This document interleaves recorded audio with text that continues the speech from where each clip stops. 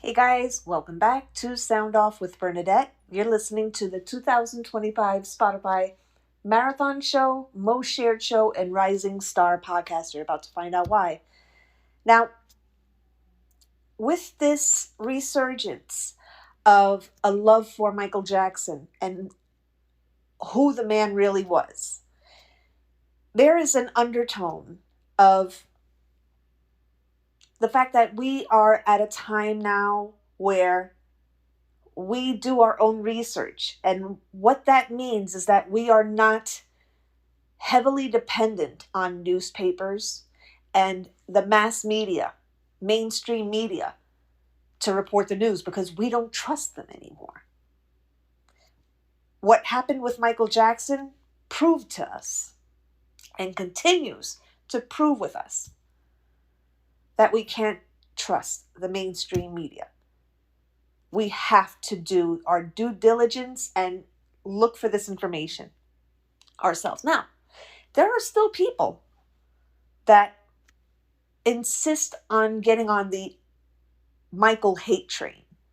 And then there are others that are completely oblivious and are too self-involved in their own lives to even have an opinion. But for those of us that are interested in exoneration and vindication and justice being restored, those of us are interested in restoring Michael's good name. There is a wealth of information out there now of how much of a philanthropist he was, a humanitarian, how he generously gave his money, how he generously gave of his time. He didn't even spend his own time away from touring, away from recording in the recording studio. He didn't even spend that time in his own house. He spent it visiting sick kids in hospitals. I challenge your favorite influencer to be known for that. We're seeing his music beat out every major artist that's out there now. Your Justin Bieber, your Taylor Swift, your Lady Gaga, all of them. Beating them all out. And Drake, you motherfucker? Huh. Well, Drake is the biggest example of being pressed over somebody great that actually paved the way for him and artists like him. And since you can't beat the king, what do? You pull a Kim Kardashian. Drake wearing that glove of Michael Jackson in his album cover, one of 3 albums that he put out just to try to beat Jackson, is proof of how frantic people get when they do not like the blueprint becoming bigger than the program. What do? Record 3 albums, and they're shitty albums. Meanwhile, Michael Jackson has been gone for 17 years. And he's beating people like Drake from the grave. So, what started this entire thing? Well, the Michael movie, which I'm going to see again tomorrow. Yes, I am. Broke box office records. It's set to make $1 billion. And why would theaters get rid of it if they're making money by playing this movie? Leave it there for as long as it's making money. It even beat out, if my research is correct, it even beat out Dracula, A Love Tale. It even surpassed that. Now, don't quote me on that. I have to double check, but I'm pretty sure I'm correct. Now, let's get to the meat and potatoes of why I'm making this episode. You see, whenever somebody like Michael Jackson, even from the grave, is causing a resurgence of interest in his music, in his life, in his legacy. Remember that word legacy, folks. I've been talking about legacy for years. What are people going to remember about you when you pass on? Michael Jackson is the biggest example of that. Are they going to remember the selfies you took? Are they going to remember the blurbs you put on your social media? What are they going to remember about you? Another bikini pic out of the 240 you already made? Another haul? Another outfit of the day? What are you doing as a humanitarian? What are you doing as a philanthropist? And I'm not talking about buying clothes, fast fashion. That's not doing anything for the world. Tarot readings aren't doing anything for the world, and I'm talking as a tarot reader. It doesn't appeal to a broader audience. Michael Jackson appeals to a broad audience. The only people that would appreciate a tarot reading are those that are into tarot. What happens to the other percentage? What is your legacy? I've been saying this for years. What are people going to remember about you? Are you forgettable? That's the question you have to ask yourself. Am I living my life in a way that I'm forgettable? What way am I carving my... Excuse me. Somebody doesn't like the fact that I'm saying that. I have a great idea who that is too. Okay? Legacy. Nobody's going to remember another bikini pic when you can see the same type of bikini pic any other account that's similar to that person. If you've seen one pair of ass cheeks, you've seen them all. And I'm being completely real here. If you've seen one fully beat face, you've seen them all. If you've seen one card reading, you've seen them all. What makes yours stand out? What are you doing as a philanthropist? What are you doing as a humanitarian? What are you doing to change the world? Card reading? What is that going to do? Especially if they have to keep on coming back to you. What service are you providing? You see, Michael Jackson's music operates on a very high vibration. Now, 2 weeks before he died, he gave his life to Christ, which is one of the many reasons why they killed him.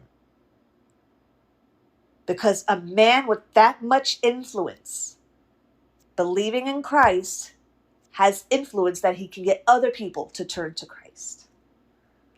That's why they killed him. Yes, of course, it was the Sony catalogs. Yes, that was one of the reasons. But if you ask me, it's the fact.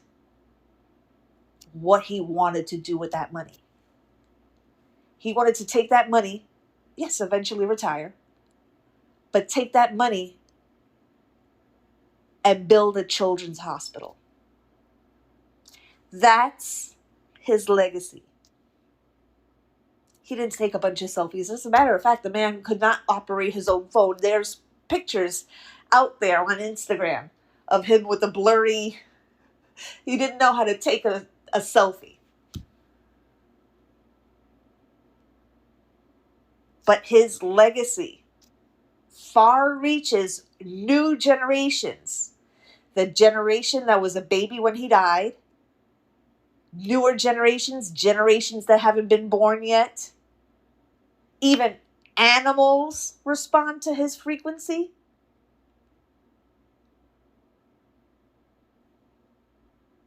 None of y'all bitches that don't like Michael Jackson are on his level. You could never be on his level.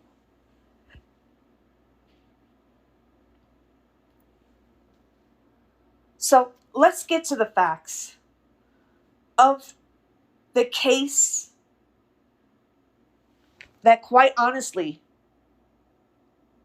because all we had was mass media, mainstream media, it broke his heart that we would even believe something like that about him.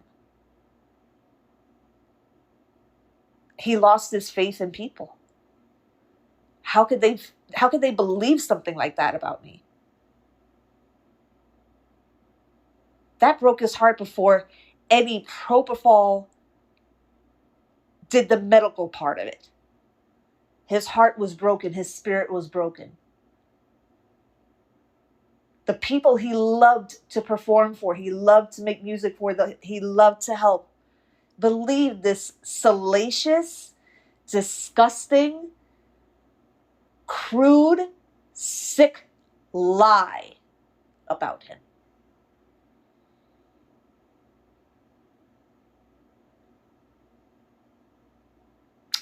So,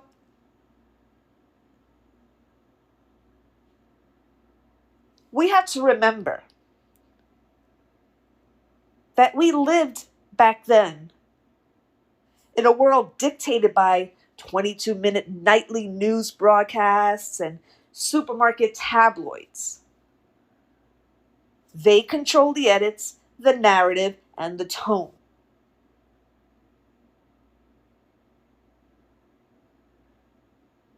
In 2005, for instance, mainstream outlets infamously used mock trials and daily dramatizations. You remember those? Because cameras weren't allowed in the courtroom. They hyper-focused on sensationalist gossip while completely burying the actual cross-examinations where the prosecution's case was dismantled. The average person had no way to verify if a headline was true.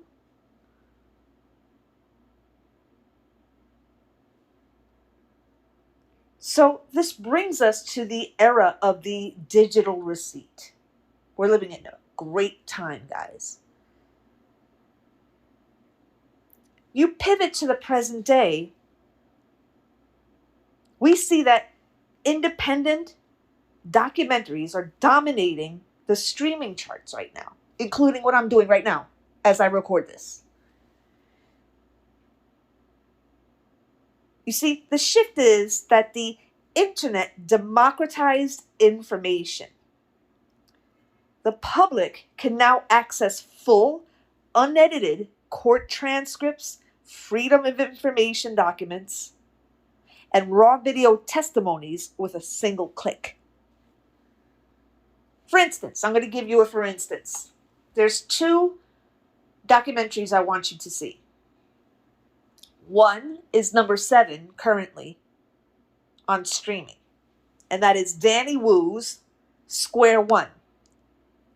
Why? Because it acts as a forensic tool.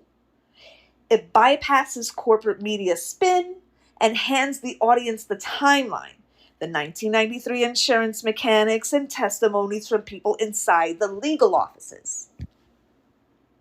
So, also, look at Ungloved. I saw Ungloved. I have to finish the Danny Wu one that I just told you guys about, okay? Ungloved is sitting at the number 1 spot. It shows that people are actively seeking out pieces that cut through decades of speculative noise to look at the sheer reality of the media scrutiny that he faced.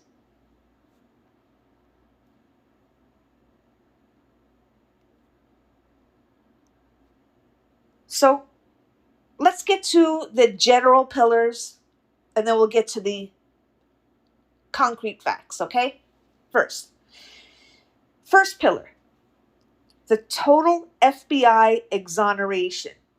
Over a decade of intense surveillance, physical raids, and 16 confiscated hard drives audited by the FBI's top computer forensics team. The result? Zero incriminating evidence. The mainstream media burned those 333 pages when they were released in 2009. Independent researchers found them. 333. What's that number? What do you call it? Christ consciousness? Right? You call it Christ consciousness? The number 333? What does that mean?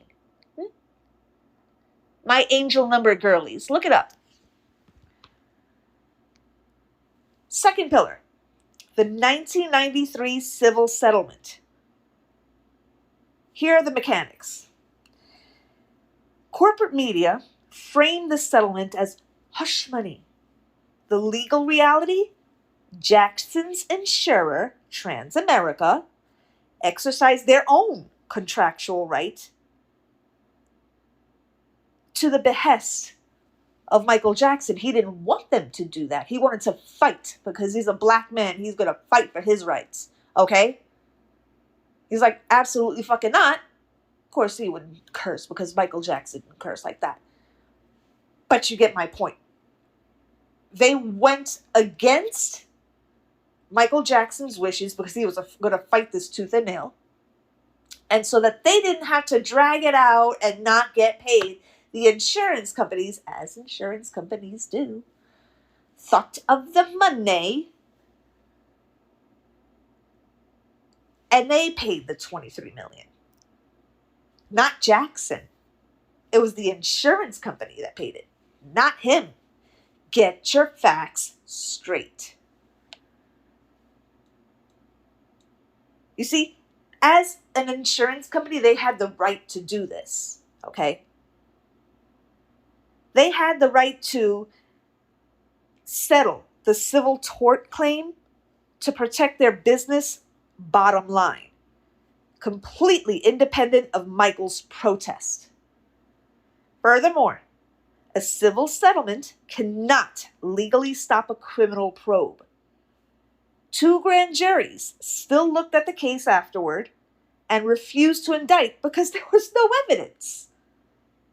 Pillar 3, the 2005 courtroom veracity. You see, when individuals like Macaulay Culkin and Brett Barnes were put under oath, facing perjury charges if they lied, they consistently maintained Jackson's total innocence. When the accusers were cross-examined, the jury saw a documented pattern of financial extortion, leading to a total acquittal on all 14 counts. You see, back then, they just gave us a headline and expected us to believe them. Hook, line, and sinker. Today, we have transcripts. The fact that the truth is charting at number 1 and number 7 proves the public is no longer buying the spin. We are looking at the receipts ourselves. The mainstream media news outlets are cooked. Cooked. So, there's more here. Let me just go back in my notes. Let's just... Hold on, I have a lot here. I'll have a whole thing dedicated to this. Okay, hold on, guys.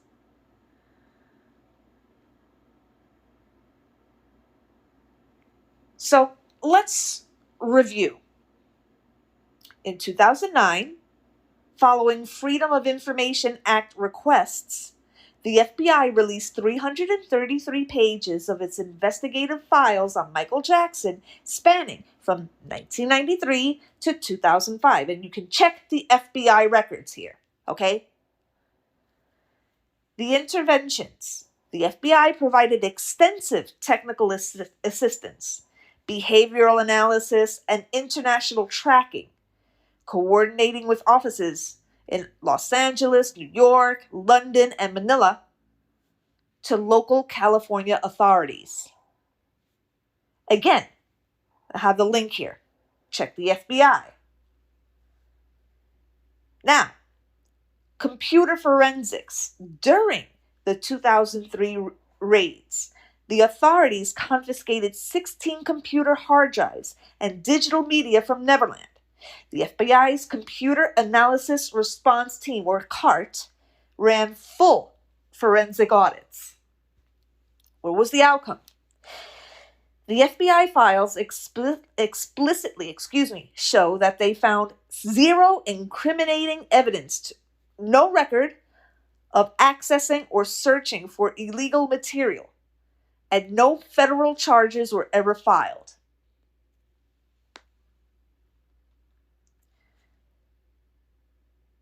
Again, the verified character witness testimonies show that during the 2005 criminal trial, the defense, led by attorney Tom Mesereau, called forward individuals who had spent significant time alone with Jackson as children to testify under oath.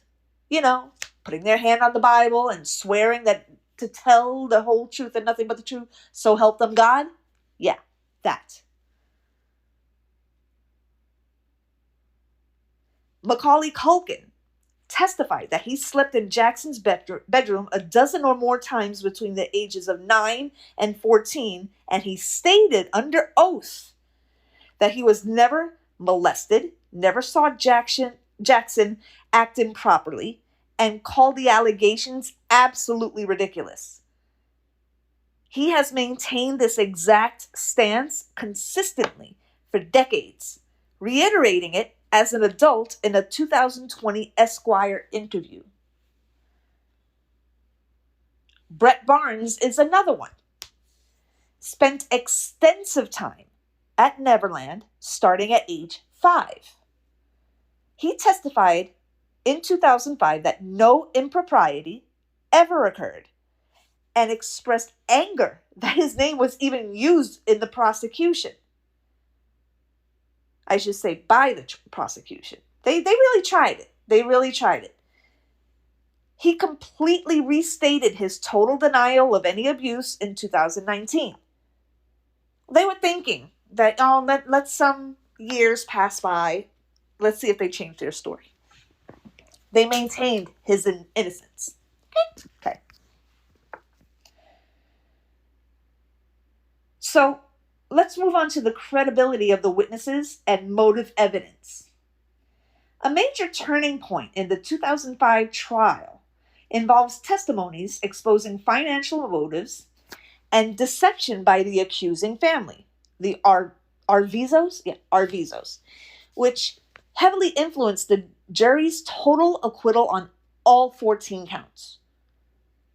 George Lopez, the comedian, you know him, testified that he had personally stepped in to give the family financial help while the accuser was battling cancer.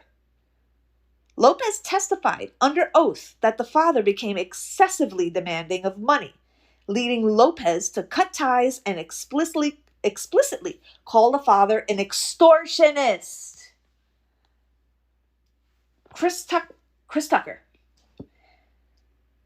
He testified that he also provided the family with money and gifts out of pocket, but realized that they were taking advantage of his generosity.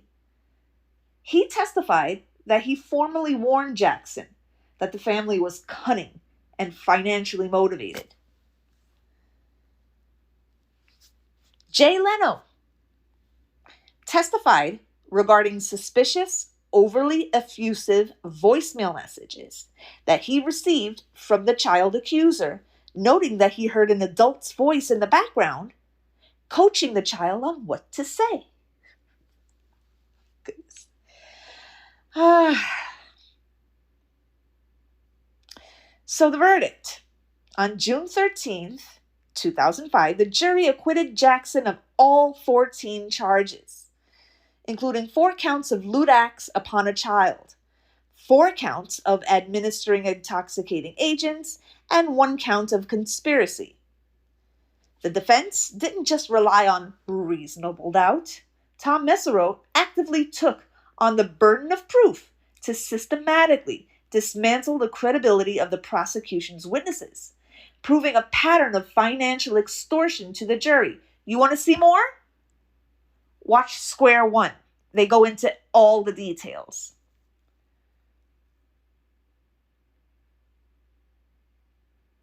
You see, when people bring up the 1993 and 1994 Chandler settlement as quote-unquote proof of guilt, they are completely ignoring how civil law, insurance contracts, and high-stakes corporate assets actually function. If you're building a bulletproof case as somebody that is going through something similar, this is what you need to know. Because these are the exact logistics of settlements. Because the structural details completely change the narrative. It was an insurance-driven decision, not Michael's. Again, I will say it again. It was an insurance-driven decision, not Michael's.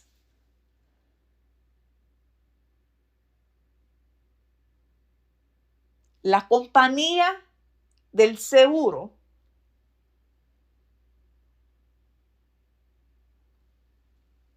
they are the ones that made the decision, not Michael. He vehemently wanted to fight tooth and nail because he knew he was innocent.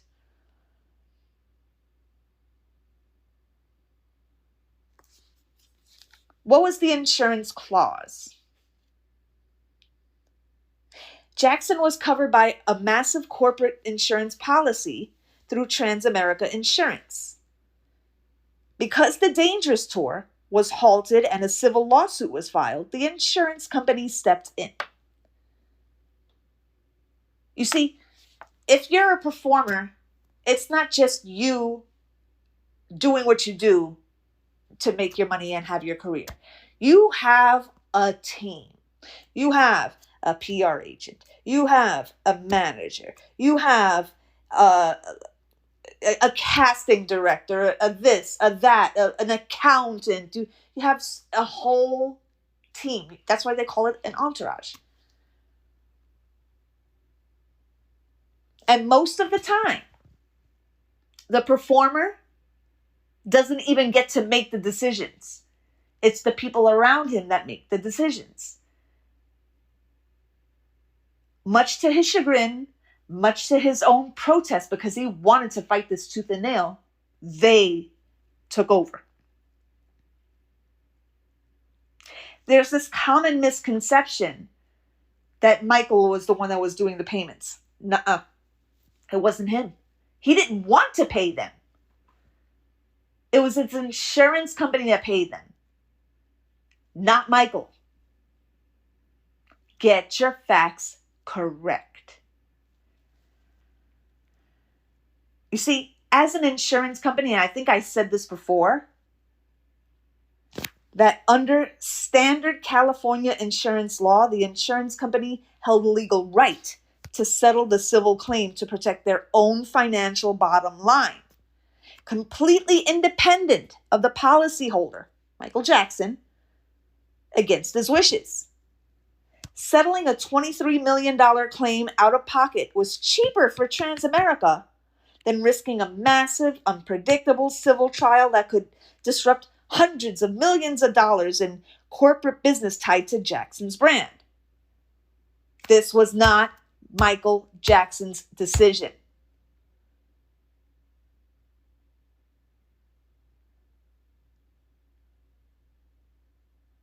So what does this say, guys?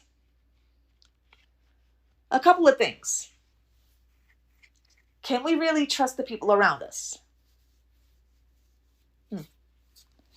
If you are somebody like Michael Jackson that had that much influence and that much power, think of why he was such a threat. A, he had given his life to Christ 2 weeks before he died. That's number one why they wanted to kill him, because he would have gotten people to follow suit. Number two, he owned the Sony catalogs and they wanted their hands on it. They wanted to own it again.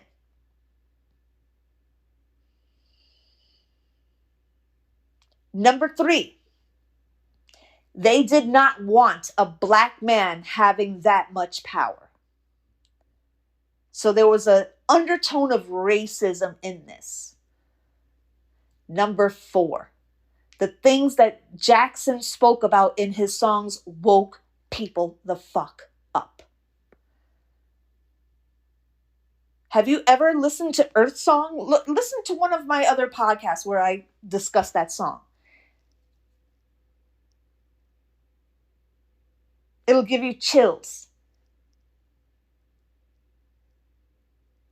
I've come up with already 4. When a man of his magnitude has that much influence and power, it can inspire people to do what's right for the world. Well, we couldn't have that, right? We couldn't have a black man in power, right? A black man from Gary, Indiana. A black man that believed in Christ. A black man that would get other people to believe in Christ. A black man that had that much money coming in that every time a song played or was streamed from a catalog he owned, he would make the money. It would not go to Sony. They couldn't have that, right? They couldn't have a socially conscious man have that much influence and power because he was trying to raise the vibration of the planet. And that's a very lonely thing when you are dealing with people around you that are low vibrational sludge.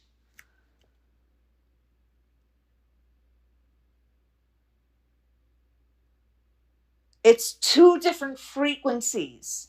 You have this high vibe individual that maintained his childlike innocence. They couldn't have people getting back into what they did as kids to make themselves remember their childhood and remember how fun it was to be a child.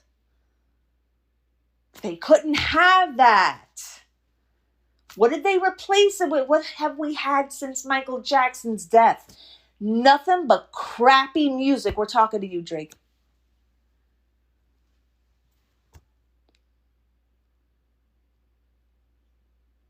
And then you have these Michael Jackson haters, which they still make you. The whole world loves Michael Jackson again. And you, for the sake of being different, right? There's a psychological term, I forget for the moment, but there's a psychological term for that, for somebody that has to be different for the sake of being different. And not even for a good reason. You hate him for no fucking reason. You have children learning these very intricate, complex dance moves. People are interested in learning the mechanics and the mathematics of making music again. People are becoming DJs. People are performing. People are becoming socially conscious, wanting to volunteer and make the world a better place. Of course, we couldn't have that, right? So they can't physically kill the man again. So what do they try to do? The next best thing. Kill his character through a character assassination. murder him again through public opinion. You guys, what if that was your family member being put on trial again? What would you do? Would you want the whole world saying that they were a piece of shit? And no matter how much contrary evidence there was, how much evidence to the contrary there was a group of people that insisted on hating your family member for no fucking reason at all. How would you feel? I'm sure you wouldn't like it unless you don't give a fuck about your family member. Well, then, that's another episode. You guys, do the research yourself. We are no longer paying attention to mainstream media because they're a bunch of fucking liars. And with that, I'm out.